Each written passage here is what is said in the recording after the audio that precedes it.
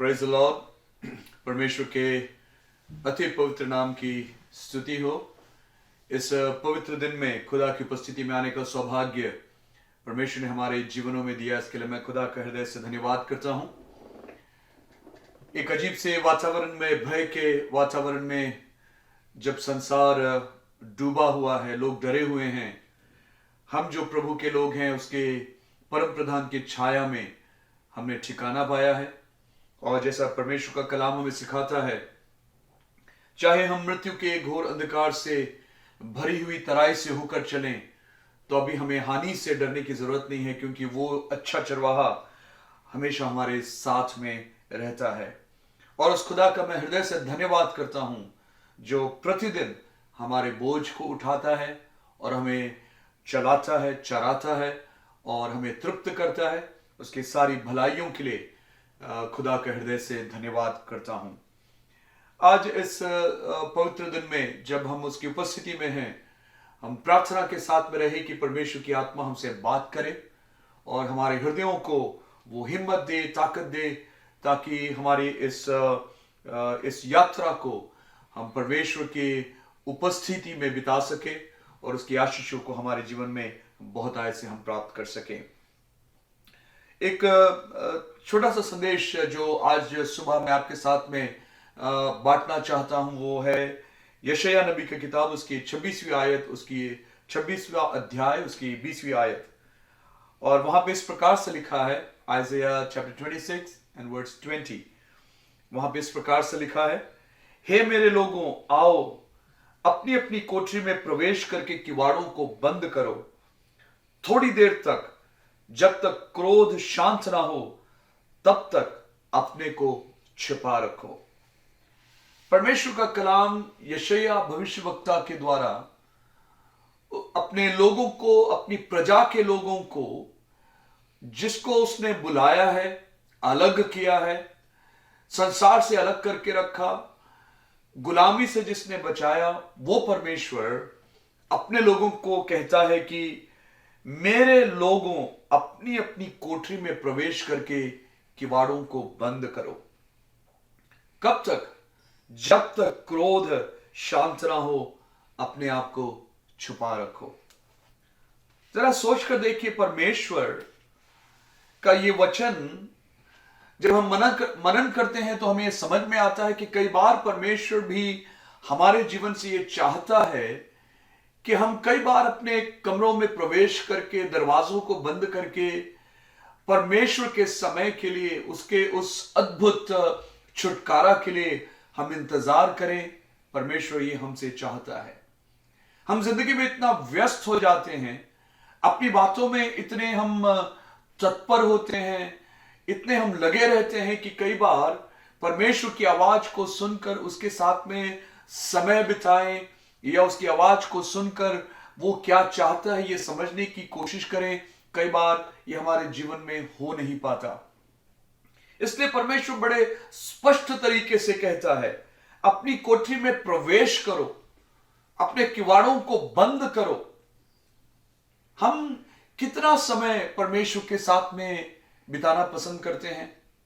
संसार भर में लोग बाहर निकल नहीं सकते। सरकारों ने अपने देश को बंद कर रखा है, राज्यों ने अपने सीमाओं को बंद कर रखा है और भय का वातावरण है। लेकिन इस भय के वातावरण में भी एक परमेश्वर के भक्त के लिए उम्मीद की बात यह है कि परमेश्वर हमसे चाहता है कि क्रोध का यह समय जब तक बीत ना जाए, हम क्या करें? हम अपने आप को छिपा रखें। एक दो बातें मैं वचन से आपके साथ में बहुत जल्दी बांटना चाहता हूं।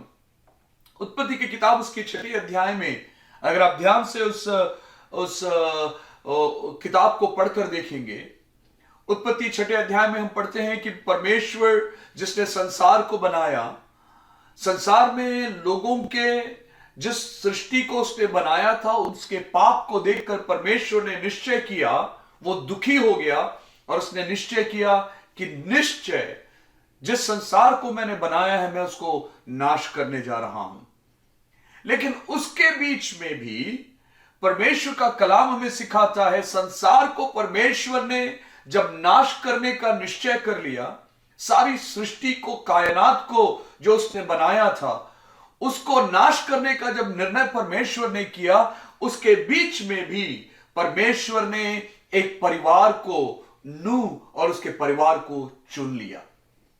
याद रखिए प्रभु के लोगों, संसार में कुछ भी होता रहे, परमेश्वर के सामने विश्वास योग्यता के साथ में, धार्मिकता के साथ में जीने वाले एक मनुष्य को, उसके परिवार को परमेश्वर आने वाले हर एक विपत्तियों से सुरक्षित रखना जानता है, और किस प्रकार से वो सुरक्षा प्रदान करेगा ये उसके हाथों में छोड़ देने की जरूरत है। जब परमेश्वर ने संसार को नाश करने का निश्चय किया, उसने नूह से कहा, जिसको उसने धर्मी पाया था, कहा कि तू एक काम कर, तू एक गोपेर का वृक्ष उसको लेकर एक बहुत बड़ा जहाज बना, और क्या करना है, सारे जो परमेश्वर की आज्ञा है उसको मानकर नूह और उसके परिवार और कई तरह के पशु पक्षी जानवर उस जहाज में प्रवेश करते हैं।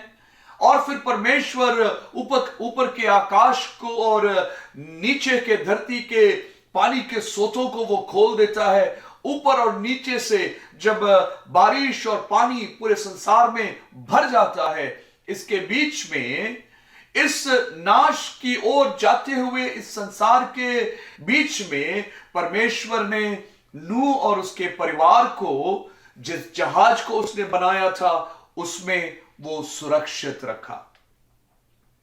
याद रखिए प्रभु के लोगों, कई बार विपत्ति टलने तक परमेश्वर की आज्ञा को जब हम मानते हैं, उसमें हम सुरक्षित पाए जाते हैं। शैतान जब हमें नाश करना चाहता है, संसार के बीमारियां, तकलीफ, रोग और तरह तरह की बातें जब हमें नाश करने के लिए हमारे चारों तरफ हमें दिखाई देता है, एक परमेश्वर के भक्त को चाहिए कि परमेश्वर की आज्ञा को मानकर जो सुरक्षा वो हमें प्रदान करना चाहता है, उस सुरक्षा में हम पाए जाएं। विपत्ति टल जाएगा। नूह और उसके परिवार, सारे जानवर, पशु पक्षी इस जहाज के अंदर में हैं। परमेश्वर उनको भूला नहीं है। परमेश्वर का न्याय इस संसार में है, लेकिन जिसको उसने चुना है, उस जन को, उस परिवार को वो भूलने वाला परमेश्वर नहीं है। हालेलुया। मुझे सुनने वाले प्रभु के लोगों, यदि आप परमेश्वर में हैं तो आप सुरक्षित हैं। आपको वो भूलने वाला नहीं है। आपके चारों तरफ चाहे कुछ भी होता रहे, नूह का जहाज जब संसार में बाढ़ का पानी बढ़ता गया, बारिश होती रही, कई दिनों तक, 40 दिन 40 रात तक जब ये बरसात होती रही, पानी बढ़ता रहा, नूह का जहाज उस अवस्था में उठता गया। परमेश्वर उस विपत्तियों के बीच में उस परिवार को परमेश्वर की सुरक्षा में बना के रखा। क्या आप परमेश्वर की बनाई हुई सुरक्षा में हैं? क्या आप वो धर्मी परिवार हैं जिसको परमेश्वर ने चुना है? कोई विपत्ति तेरे डेरे के निकट नहीं आएगा, ये उसका वायदा है। आज सुबह क्या आप भयभीत हैं?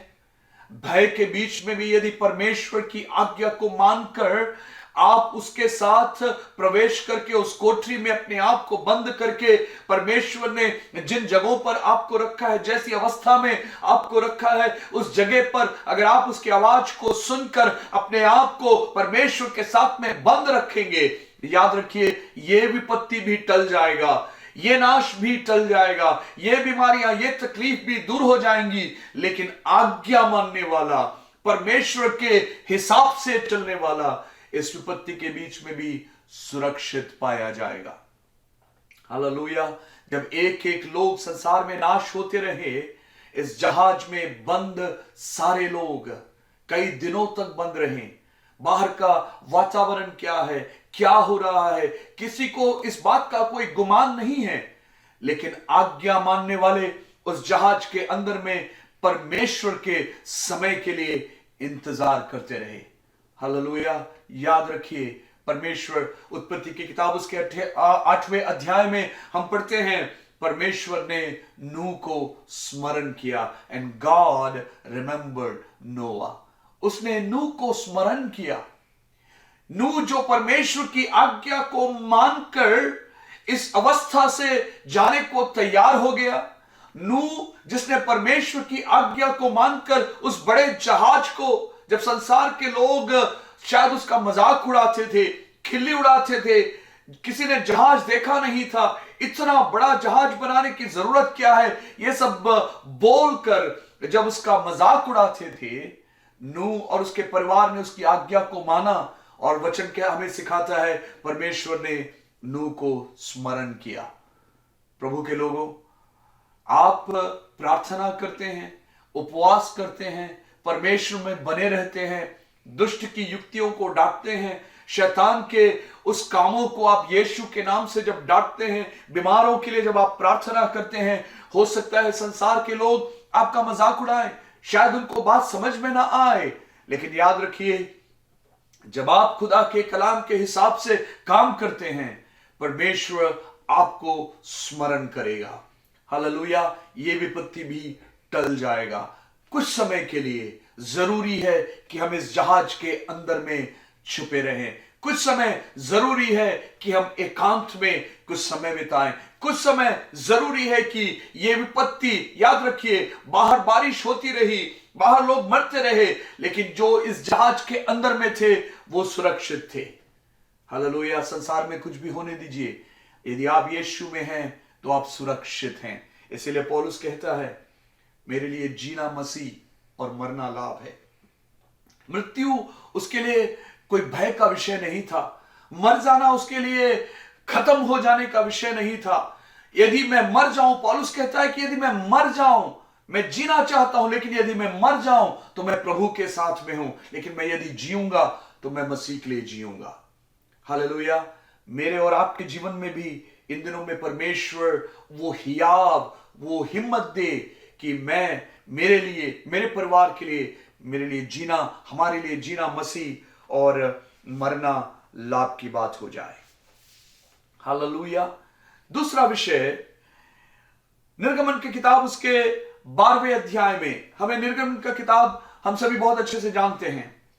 जब मिस्र की गुलामी में पड़े हुए लोगों को परमेश्वर ने, इस्राएली उसके चुने हुए, जब परमेश्वर ने मिस्र की गुलामी से बाहर निकालने का मन बनाया, जब उसने कहा कि मैं अपने लोगों के तकलीफों को, वेदनाओं को, उनका रोना मेरे पास में पहुंच गया है, इसलिए मैं खुद जाकर, उतरकर उनको उनकी विपत्ति से, उनकी गुलामी से छुड़ाने वाला हूं। और जब परमेश्वर ने उनको गुलामी से छुड़ाने का निर्णय लिया, हालेलुया, क्या हुआ? मिस्र में उस रात कई सालों तक उस देश में वो 430 साल से अधिक उस मिस्र के राज्य में इस्राएली लोग बसे हुए थे, लेकिन ऐसा एक रात उन्होंने आज तक नहीं देखा। क्या हुआ इस रात को? अद्भुत के काम इसके पहले हुए। फिरौन के सामने जाकर मूसा और हारून ने बहुत अद्भुत के काम किए, लेकिन छुटकारा नहीं हुआ अभी तक। फिरौन का मन कठिन होता रहा, लेकिन वो एक रात, ध्यान से सुनिए प्रभु के लोगों, वो एक रात जब प्रभु ने निश्चय किया कि मिस्र के सारे पहलौठे मारे जाएंगे, हालेलुया, परमेश्वर ने अपने लोगों के लिए उपाय किया। हालेलुया। क्या परमेश्वर के हैं? परमेश्वर आपके लिए उपाय करेगा। फिरौन और उसके देश में, मिस्र में जब रोना और करहाना उसकी आवाज सुनाई दे रहा था, परमेश्वर ने अपने लोगों से कहा कि इस दिन, इस रात को, यह तुम्हारे लिए फसह होगा। इस दिन तुम्हें फसह का पर्व मनाना है। इस रात को तुम्हें तैयारी, खमीरी रोटी खाना है, तैयारी के साथ में रहना है, और उस रात को घर से बाहर नहीं निकलना है। लहू का जो एक दाग है, एक छाप है, उसको उनके किवाड़ों को, दरवाजों पर लगाने की जरूरत है। और हर एक घर, हर एक दरवाजे, हर एक किवाड़ों पर जिस पर इस मेमने का लहू लगा हुआ था, वो उसके बाहर नहीं जा सकते हैं। सोच कर देखिए जरा, लहू का छाप घरों में है, लेकिन बाहर नहीं निकलना है। क्यों? बाहर एक दूत उस पहलोठों को मारने के लिए निकला हुआ है। और जिस भी घर में इस लहू का छाप नहीं है, उसमें वो प्रवेश करके मृत्यु उस घरों में पहुंच रहा है। लेकिन इसके बीच में परमेश्वर ने क्या उपाय किया? लहू का छाप, लहू के छाप लगे हुए, उस छाप के अंदर में जो भी हैं उसको शैतान छू नहीं सकता, उसको नाश करने वाली कोई भी वस्तु छू नहीं सकता। इसलिए बहुत जरूरी है, याद रखिए, जब मिस्र में लोग नाश किए जा रहे थे, पहलौठे मारे जा रहे थे, परमेश्वर क्या कर रहा था? लहू के छाप में छिपे हुए हर एक व्यक्ति को छुटकारे का उपाय वो तैयार कर रहा था। उनको उस गुलामी से निकालने की तैयारी परमेश्वर कर रहा था। रास्ता उसने बना लिया था। लहू के बाड़े के अंदर में, उस छाप के अंदर में, उस घर में जितने भी लोग बसे हुए थे, उनके लिए वो छुटकारे का रात था। हालेलुया। प्रभु के लोगों, वचन आपको समझ में आ रहा है? हालेलुया। संसार में जब इस तरह की बातें हो रही हैं, आप जो लहू का छाप आपके ऊपर में है, मेमने के लहू से जिसने आपको खरीद लिया है, यीशु के लहू से जिसने मोल लेकर आपको खरीद लिया है, लहू का वो छाप आपके जीवन में उसने लगाया है। अब ये आपके छुटकारे का समय है। ये देश छोड़कर जाने का समय आ गया है। संसार और उसकी बातों को छोड़कर उस देश में जिसको परमेश्वर ने हमारे लिए तैयार किया है, उसमें जाने का समय आ गया है। लेकिन यहां से निकलने से पहले उस लहू के बाड़े में छुपे रहना बहुत जरूरी है। Hallelujah, hallelujah. हमारे लिए ये समय भी बीत जाएगा।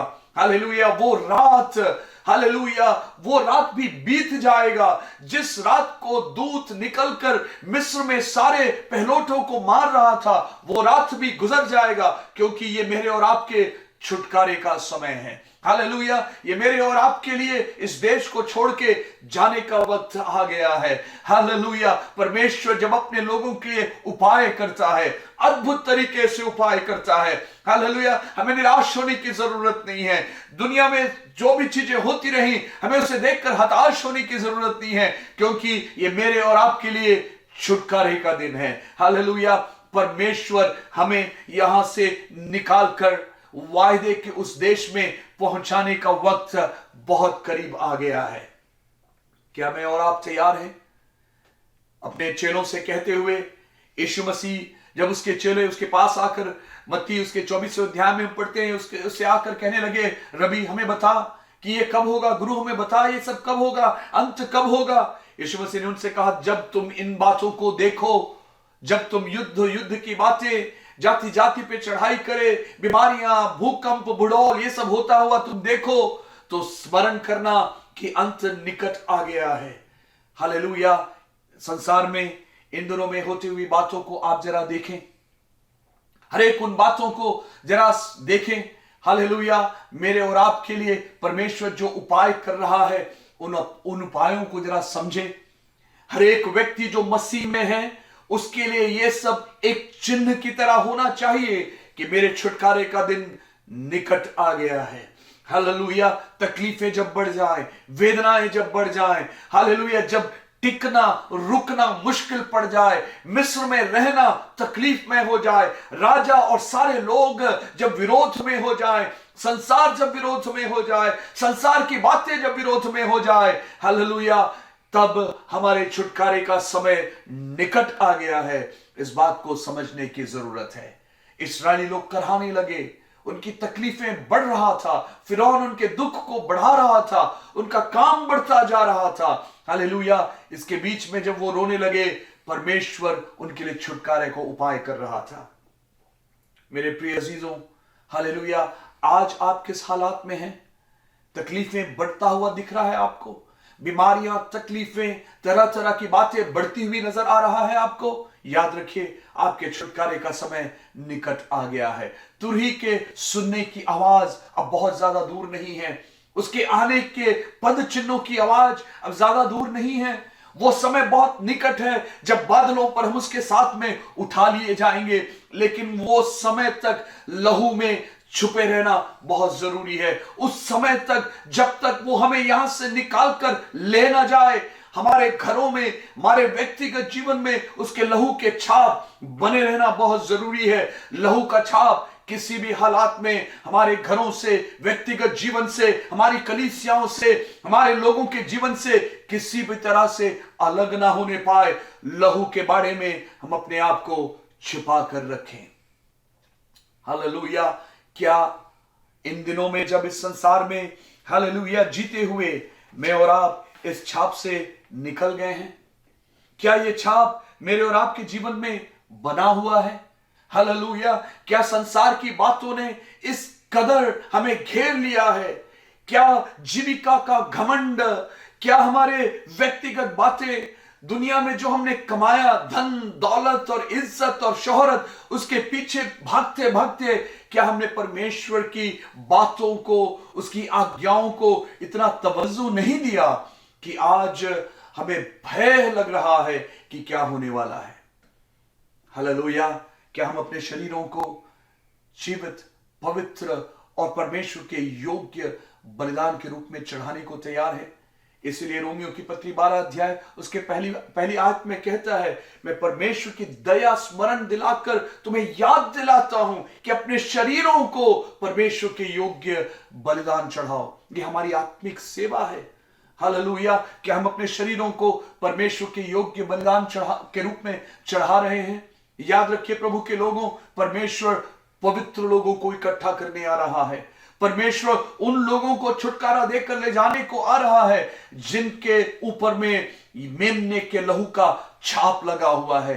हालेलुया। परमेश्वर उन लोगों को यहां से निकाल कर ले जाना चाहता है। हालेलुया। जिन्होंने हालेलुया मूल्य देकर अपने घरों पर इस लहू के छाप को लगाने की कोशिश की, जिन्होंने लगाया उनको निकाल कर ले जाने आ रहा है।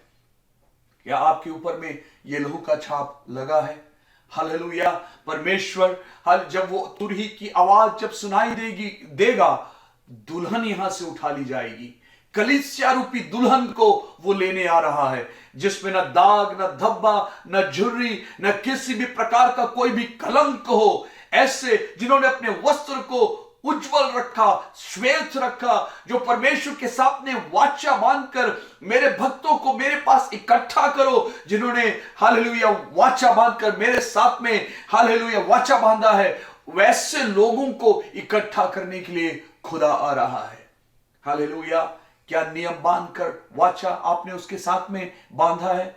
आपको लेने के लिए, आपको यहां से निकाल कर लेकर जाने के लिए वो खुदा आ रहा है। एक और बात मैं आपके साथ में बहुत जल्दी कहना चाहता हूं। दूसरे राजा उसके 4 अध्याय उसके 4 आयत में, वहां पे एलीशा के पास में एक जो भविष्यवक्ताओं की एक भविष्यवक्ता था जो मर गया, और उसकी पत्नी एलीशा के पास में आती है। वो कहती है कि देख, तेरा दास जो मेरा पति था वो परमेश्वर का भय मानता था, वो भक्त था, लेकिन वो अब मर गया। और देख, ये उधार लेने वाले अब वो आ रहे हैं कि मेरे बच्चों को वो गुलाम बनाकर ले जाएं। हालेलुया। उस वचन के भाग को मैं बहुत ज्यादा विस्तार से नहीं कहना चाहता हूं, लेकिन एक छोटी सी बात वहां से मैं आपसे कहना चाहता हूं। एलीशा के पास में जब वो समस्या को लेकर पहुंची, एलीशा ने उसको क्या रास्ता बताया? चलो मैं कुछ उपाय कर देखता हूं, चलो मैं शायद राजा से बात कर देखता हूं, या कहीं और से उधार लेकर मैं मदद करने की कोशिश करता हूं। ऐसा कुछ एलीशा ने उससे नहीं कहा। मैं उस वचन के भाग को पढ़कर बहुत आशीषित होता हूं। परमेश्वर के दास के पास में जब ये स्त्री अपने विषय को लेकर पहुंची, उसकी समस्या को लेकर पहुंची, स्त्री से एलीशा कहता है, तेरे घर में क्या है? प्रभु के लोगों, हम मेरे और आपके घर में जो बातें हैं, उससे परमेश्वर आपके लिए छुटकारे का रास्ता खोल सकता है। हालेलुया। मेरे और आपके घर में क्या है? इस स्त्री से उसने पूछा, उसके घर में कुछ भी नहीं है। एक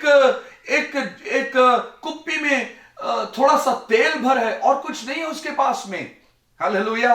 आपके पास में शायद कुछ भी ना हो, बलहीन होंगे, शायद कमजोर होंगे, लेकिन याद रखिए खुदा के पास में जब आप उस अवस्था में आएंगे, परमेश्वर वहीं से उसी अवस्था में आपके लिए काम करने के लिए बलशाली परमेश्वर है। यह स्त्री कहती है, देख मेरे पास में कुछ नहीं है, एलीशा तेरे घर में है क्या? आज मैं आपसे पूछना चाहता हूं, पवित्र लोगों, परमेश्वर के लोगों, परमेश्वर के भक्तों, अगर यह सवाल आपसे आज सुबह पूछा जाए कि तेरे घर में है क्या, तो जवाब क्या है आपका? क्या प्रार्थना है आपके घर में? क्या परमेश्वर के लिए वेदी बनाया जाता है आपके घर में? क्या परमेश्वर के आराधना के स्तुति की आवाज आपके घरों से गूंजता है? या हम उन सारी बातों से बहुत दूर हो गए हैं? परमेश्वर चाहता है हम लौट कर आ जाएं। क्या हमारे घरों में झगड़ा है? क्या हमारे घर में आलतू फालतू की बातें ज्यादा होता है? क्या बेकार की बातों में हम अपना समय बहुत ज्यादा व्यतीत करते हैं? परमेश्वर यदि आज सुबह आपसे पूछे कि तेरे घर में क्या है, आत्मिक बातें दिखाई देगी या सांसारिक बातों से घर भरा पड़ा है? हालेलुया। यदि परमेश्वर आपसे पूछे तेरे घर में क्या है, तो दुनिया की बातों से क्या आपका घर भरा पड़ा है या परमेश्वर की उन आत्मिक बातों से आपका घर भरा हुआ है? अपने आप को जरा जांचें आज सुबह। आपका शरीर जो परमेश्वर का मंदिर है, यदि इस मंदिर में वो आज सुबह झांक कर देखे तो ये मंदिर किन चीजों से भरा हुआ है? हालेलुया। स्त्री से उसने पूछा तेरे घर में क्या है, और वो कहती है थोड़ा सा तेल। बहुत अच्छा उपाय परमेश्वर का दास एलीशा उसको बोलता है, उससे कहता है देख तेरे पास तेरी हालात ये है, लेकिन तू एक काम कर, हालेलुया, तू घर जा अपने बेटों के साथ में, हालेलुया, कमरे को बंद कर, हालेलुया, और जो छोटा सा थोड़ा सा तेल तेरे पास में है उसको लेकर, हालेलुया, खाली बर्तनों को तू अपने कमरे में जरा लगाना शुरू कर, जरा उसको लगाना शुरू कर। एक एक बर्तनों को ले, हालेलुया, उसको खुदा के सामने लेकर आ, उसको अपने कमरे में रखना शुरू कर। खाली बर्तनों को, शायद वो पूछ सकती थी कि खाली बर्तन, थोड़ा सा तेल, इससे क्या होने वाला है? खाली बर्तनों में क्या होगा? उसने कोई सवाल नहीं किया। प्रभु जब आपसे कोई भी बात करे, आपके लिए आपकी बुद्धि में असंभव से दिखने वाली बातों को भी जब परमेश्वर आपसे कहे, आपके समझ में भी ना आए, लेकिन उसकी आज्ञा को मानकर देखना, प्रभु आपके लिए एक अद्भुत का काम करेगा। हालेलुया। उस स्त्री को शायद समझ में नहीं आया, मेरे घर के अंदर जाकर दरवाजा बंद करके इस कुप्पी से तेल खाली बर्तनों में उंडेलूंगी तो क्या होगा? शायद उसने सोचा होगा, हम भी कई बार सोचते हैं, परमेश्वर की बातें मेरे और आपके समझ में नहीं आता है, लेकिन प्रभु के लोगों, हमारी बुद्धि से बढ़कर वो काम करता है, मेरे सोच से बढ़कर वो काम करता है। हालेलुया। आपके मांगने और सोचने से बढ़कर आपके लिए उपाय करने वाला परमेश्वर है, आपका परमेश्वर। हालेलुया। स्त्री ने क्या किया? अपने खालीपन को प्रभु के सामने लाकर रखना शुरू किया। हालेलुया। और उसमें वो उंडेलने लगी। याद रखिए प्रभु के लोगों, खाली हर एक बर्तनों में जब वो उंडेलने लगी, वो बर्तन सारे भरते गए। आज सुबह प्रभु के लोगों, अपने खालीपन को खुदा के सामने लेकर आइए, उस कमरों में बंद हो जाइए। हालेलुया। बाहर शायद निकल नहीं सकते, लेकिन प्रभु के साथ में समय बिताइए, अपने घरों में प्रवेश करिए, अपने खालीपन को प्रभु के सामने लेकर आइए। बोले प्रभु मेरा ये खालीपन है, मेरा ये खालीपन है प्रभु, मेरे पास में हालेलुया कुछ नहीं है प्रभु, ये बर्तन ये भी खाली है प्रभु, मेरा आत्मिक जीवन उसमें भी खालीपन है, भौतिक बातें उसमें भी खालीपन है प्रभु, मेरे प्यार में कमी है, क्षमा में कमी है, मेरे जीवन में भय है प्रभु। उन सारी बातों को जिसमें आपको कमी नजर आता है, जो भरी हुई हालात में नहीं है, उन बातों को प्रभु के सामने लाकर रखिए, अपने खाली बर्तनों को उस खुदा के सामने पेश करिए। देखिए प्रभु उसमें कैसे अपने अभिषेक को भरेगा। हालेलुया। हालेलुया। आज सुबह अपने कमरों में जाइए, आज सुबह अपने हालात के साथ में प्रभु के साथ बंद हो जाइए। हालेलुया। अपने खालीपन के साथ में, कमजोरी के साथ में, बीमारी के साथ में, तकलीफों के साथ में, आप जिस भी हालात में हैं, उन हालातों के साथ में प्रभु के साथ उस कमरे में आप बंद हो जाइए। देखिए उस कमरे में जहां पर आप अपने खालीपन के साथ में बंद हैं, उस कमरे में प्रभु एक अद्भुत का काम करेगा। हालेलुया। उस खालीपन में, आपके उस कमरे में जहां पे आप अपने खालीपन को प्रभु के सामने रख रहे हैं, उस खालीपन में प्रभु आपके लिए उंडेलना शुरू करेगा। और याद रखिए, जब तक आपका खालीपन पूरी तरह से भर ना जाए, हालेलुया, अभिषेक का वो तेल रुकने वाला नहीं है। जब तक आपकी कमजोरी दूर ना हो जाए, जब तक आपका वो खालीपन पूर्ण रूप से दूर ना हो जाए, हालेलुया, प्रभु के अद्भुत का काम आपके लिए रुकने वाला नहीं है। सिर्फ एक बात, हालेलुया, जो परिस्थिति है उसके साथ में आप प्रभु के साथ में अपने कमरों में जाइए, प्रार्थना करिए। प्रभु आपके हालात को बदलने के लिए सामर्थी परमेश्वर है। हालेलुया। आज सुबह एक निर्णय करिए प्रभु के लोगों। हालेलुया। जैसे यशायाह नबी की किताब में हमने पढ़ा, वो कहता है, मेरे लोगों, तुम अपने कोठरी में प्रवेश करो, अपने किवाड़ों को बंद करो, और जब तक ये विपत्ति टल ना जाए, हालेलुया, छुपे रहो। आज सुबह परम प्रधान के छाये में छुपे, आपके हालात को प्रभु के सामने लेकर आए। हालेलुया। आपसे जो प्रभु कहता है, जैसे नूह ने माना, जैसे नूह ने आज्ञा मानी, वैसे आप प्रभु की आज्ञाओं को माने, वो आपको छुपा कर रखेगा। हालेलुया। लहू का छाप आपके घर में, आपके ऊपर, परिवारों में बना रहे। हालेलुया। विपत्ति आपको छूने भी ना पाएगा, क्योंकि ये आपके छुटकारे का दिन है। हम यहां से निकलने वाले हैं, इन विपत्तियों से छुटकारा पाने वाले हैं। हालेलुया। और जब हमारे हालातों को हम प्रभु के सामने लेकर आते हैं, हालेलुया, जब अपने खालीपन को एक एक करके हम प्रभु के सामने, हमारे हालातों को, कमजोरियों को, हमारी परेशानियों को एक एक करके जब हम प्रभु के सामने रखना शुरू करते हैं, हर अपने अभिषेक का तेल वो हमारे जीवनों के ऊपर में, हालेलुया, भरना शुरू करता है। आज सुबह, हालेलुया, प्रभु आपको इन वचनों से आशीष दे। आज सुबह परमेश्वर की आत्मा आपको बल प्रदान करे कि आप उसके साथ में उस कोठरी में प्रवेश करें और अपने आप को बंद करें। हालेलुया। ताकि परमेश्वर, जिसने लहू का छाप आपके ऊपर में, आपके परिवारों के ऊपर में लगा रखा है, हालेलुया, ताकि कोई भी विपत्ति आपके डेरे के निकट कभी ना आ सके। हालेलुया। परमेश्वर आपको आशीष दे। इन वचनों से परमेश्वर आपको बल दे, अपने सामर्थ्य में वो आपको बनाए रखे। हालेलुया। परमेश्वर आप सबों को बड़ी आशीष दे। God bless you all.